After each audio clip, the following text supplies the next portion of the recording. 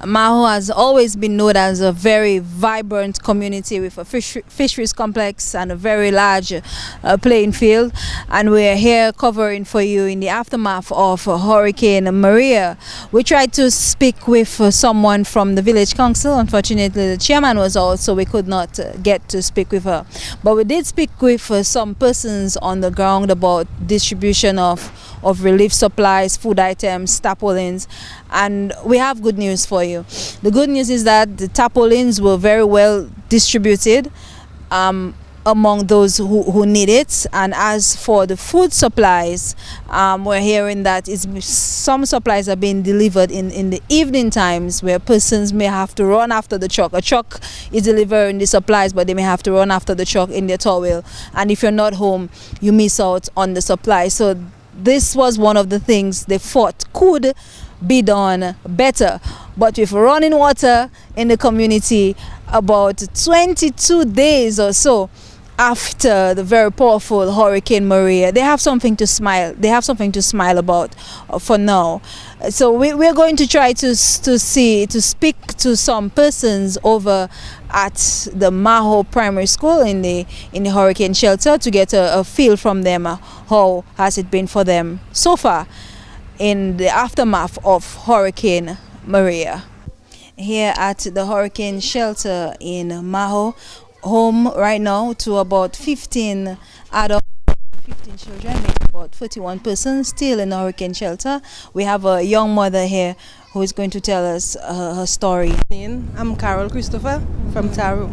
Okay, well, for the hurricane's time, I was at work because that was my first day at work from vacation. Yeah. So I asked them at the prison if I could leave early because I have a baby and my mother and father in Taro. But they told me that they at the shelter. So anyway, I came there. When I came, I see they down on the floor. I don't know what happened to me. I feel like I want to cry. Anyway. So when I came, I saw them on the floor. So I went down and asked them if I could go and get a mattress. I brought it for her. On the way back, rain. Anyway, the night, we stayed up. Before the Maria started, the roof had already gone.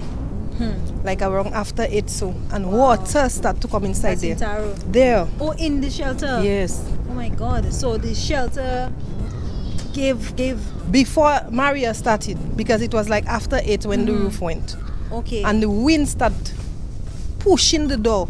3 of us had to hold the door for 8 hours. Wow. Because the wind started shaking the door. That's and then, right there at the school. Right there at the school. And then my mother had the baby after she gave him to my father. He's about a year and 6 months. And he was like, Mommy. I say, dear Joshi. I tell my father, hold him. And then one of the girls that was holding the door, she said, she's tired. I said, no, you cannot let go the door. Because if you let go the door, imagine it taking containers. So who are us that it can pitch? I know. And I holding the door and I crying because I checking water start coming inside there. And I checking what happening there now. I never expect that. First time in my life I even passed a hurricane. So my father by the window there, and I see in the window pushing. I tell him move by the window because you have the baby. And because the Maria not getting the door, she start mashing up the wall to come inside. And I was like, boy, I can't die in that end. And you had the baby. Yes. And everything. So and that is, you at a shelter, you would expect that you are safe. Oh yes, I at a was shelter. shivering. And that I tell him I don't have a problem that they bring us at the shelter, but the place is not good. The decision to be at the hurricane shelter before the storm, I'm sure, must have saved Paulette's life, because she's here at the hurricane shelter with her baby, and she's from the village of Tara, and she lost everything down there. So I'm sure that decision must have saved her life. She's here to tell us more about her experience and how she fared out and how she's coping. Good day, Paulette. I see you have a baby on your shoulder. How is baby? Baby's okay. She has a little cold right now. Paulette Sobers, by the way. I'm mother of 9. It was very hectic, rough. So at what point you came to the shelter? Early enough? About after 2 minutes to 3, because they tell us to hurry up. Okay. Because it will be hitting about 3 to 4 o'clock. Okay. So we pack up all the stuff, because they also bring their change of clothes and a sheet, nothing else. That's all we hold. When it was about 5 o'clock, so them children was hungry, so them children saying, ready food. So I tell the person that bring us there, they was there still. So I tell them, they didn't tell us to hold food. So if you haven't got food provided for us, they tell us no. So we tell them we cannot have them children because we had 12 children in all. So we couldn't have them children go and sleep hungry.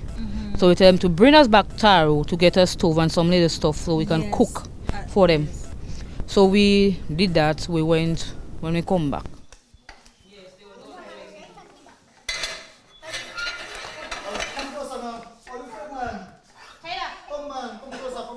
One of the brave little souls at the hurricane shelter in Mahaut would like to share with us his experience in the aftermath of Hurricane Maria.